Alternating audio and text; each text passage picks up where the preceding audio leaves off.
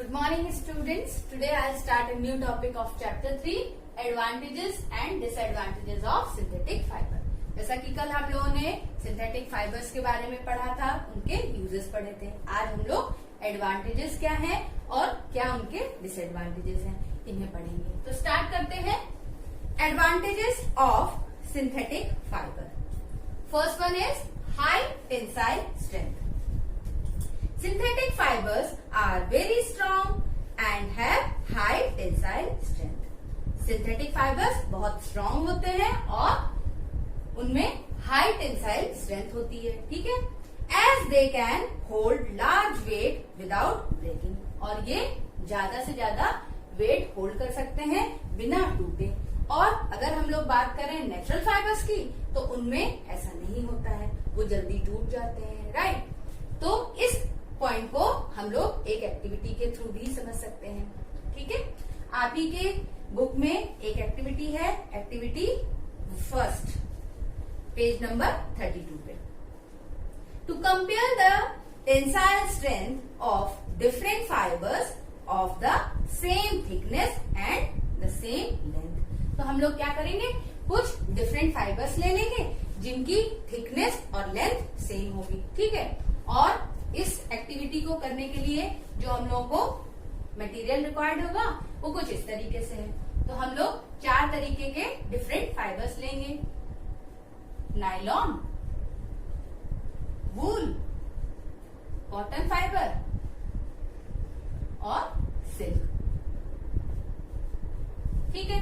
तो ये ले लिया, सेम लेंथ के और सेम थिकनेस के। इसके बाद हम लोग एक स्टैंड लेंगे, आयरन स्टैंड। उसमें हम लोग थ्रेड की हेल्प से एक पैन,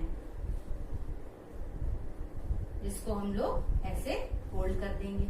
तो ये हो गया पैन, ये हो गया आयरन स्टैंड, और इसमें पैन में हम लोग कुछ क्या रख लेंगे, मार्बल्स रख लेंगे, राइट।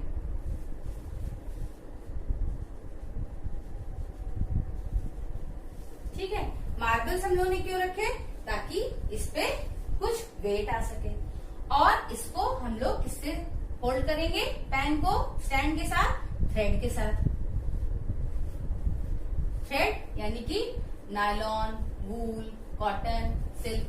तो सबसे पहले हम लोग कॉटन थ्रेड के साथ इस पैन को होल्ड कर देंगे और इसमें कुछ मार्बल्स रख देंगे, यानी कि वेट रख देंगे।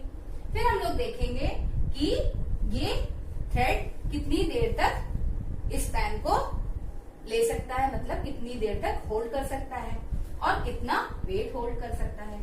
तो ये एक्सपेरिमेंट हम लोग सारे फाइबर्स के साथ, यानी नायलॉन, वूल, कॉटन, सिल्क, सबके साथ करके देखेंगे। सबसे पहले हम लोगों ने कॉटन थ्रेड लिया, इसके बाद हम लोग सिल्क का ले लेंगे, वूल ले लेंगे, फिर नायलॉन ले लेंगे। इस तरीके से यही एक्सपेरिमेंट हम लोग सारे फाइबर्स के साथ करके देखेंगे। और उसके बाद हम लोग का क्या कंक्लूजन निकलेगा, tensile strength of nylon is more than that of silk, cotton and wool. तो हम लोगों ने देखा सारे एक्सपेरिमेंट करने के बाद कि नायलॉन की टेंसाइल स्ट्रेंथ सबसे ज्यादा होगी इन comparison of wool, cotton and silk, ठीक है। तो यही चीज हम लोगों ने अभी फर्स्ट पॉइंट में पढ़ी और ये चीज हम लोगों ने एक्टिविटी के थ्रू अच्छे से समझ ली। तो नेक्स्ट पॉइंट है हमारा low water absorption, right. Synthetic fibres absorb very little amount of water, moisture. Due to this, a wet cloth of synthetic fibers dries out rapidly. तो इनमें सेकंड पॉइंट हमारा क्या है कि इनमें जो लो वाटर एब्जॉर्प्शन, मतलब ये वाटर बहुत कम एब्जॉर्ब करते हैं और मॉइस्चर भी। तो इसी वजह से इस फाइबर से, मतलब सिंथेटिक फाइबर से जो बने कपड़े होते हैं वो बहुत जल्दी सूख जाते हैं, राइट। और ये चीज हमारे जो नेचुरल फाइबर्स होते हैं उनमें नहीं पाई जाती है।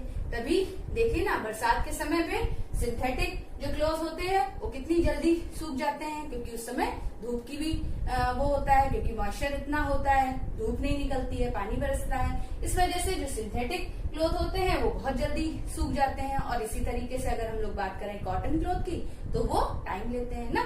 तो ये इसी वजह से होता है क्योंकि इनमें लो वाटर एब्सॉर्प्शन होता है, right. Now the next point is abrasion resistant. Most of the synthetic fibers have a high abrasion, wear and tear resistance. So, clothes made of synthetic fibers are long lasting or durable. Natural fibers have low abrasion resistance, so they are not much durable.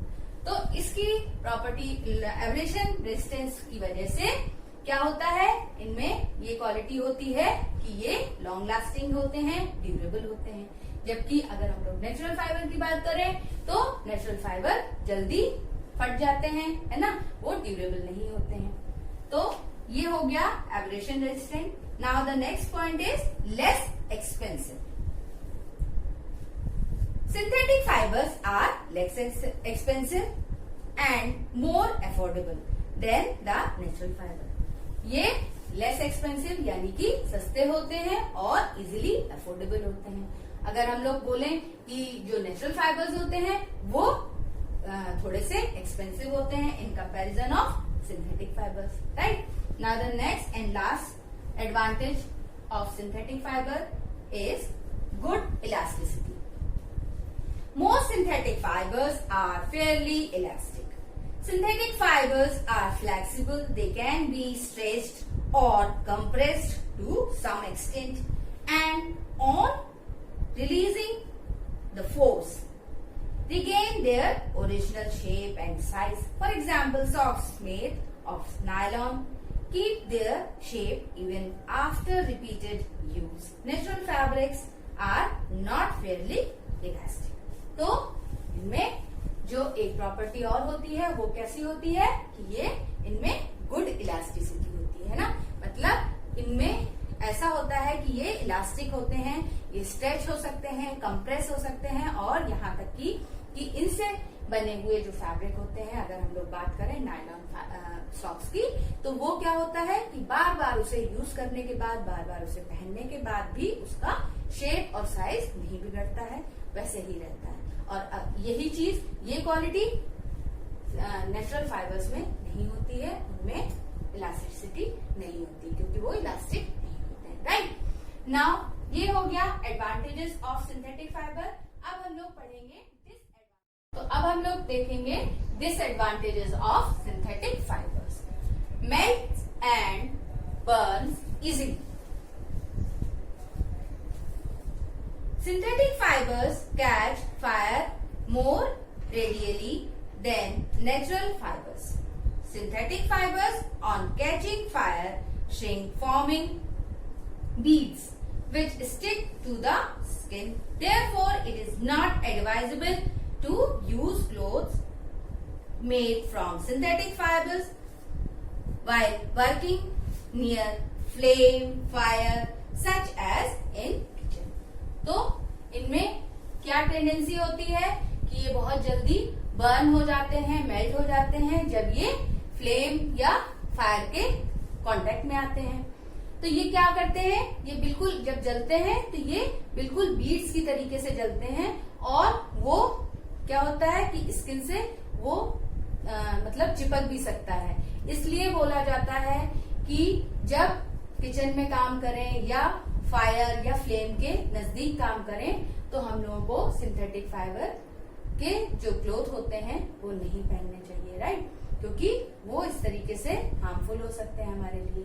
और ये natural fibres में नहीं होता है, यानी कि तभी बोला जाता है कि कॉटन फैब्रिक्स ही पहनने चाहिए, है ना, जब किचन में काम करें या आग के नजदीक काम करें, राइट। तो next one is non biodegradable.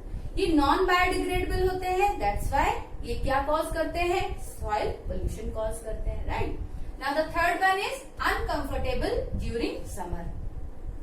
तो इनको समर्स में पहनना बहुत अनकंफर्टेबल होता है, मतलब नेचुरल फाइबर जो सिंथेटिक फाइबर्स होते हैं उनसे बने जो फैब्रिक होते हैं उनको गर्मियों में पहनना बहुत मुश्किल होता है, बहुत अनकंफर्टेबल होता है।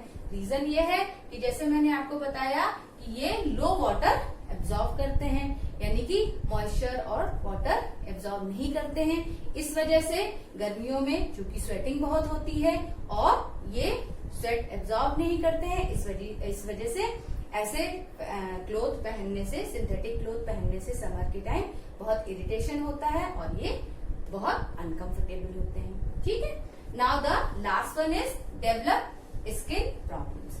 इनकी वजह से कभी कभी कुछ स्किन प्रॉब्लम भी होने लगती है कुछ लोगों में, जैसे एक्जिमा, है ना। तो सिंथेटिक फाइबर से बने जो फैब्रिक होते हैं वो हर किसी को सूट नहीं करते हैं, राइट। तो स्टूडेंट्स, ये हो गया advantages and disadvantages of synthetic fibres. आज हम लोगों ने इसको टॉपिक को कंप्लीट कर लिया है।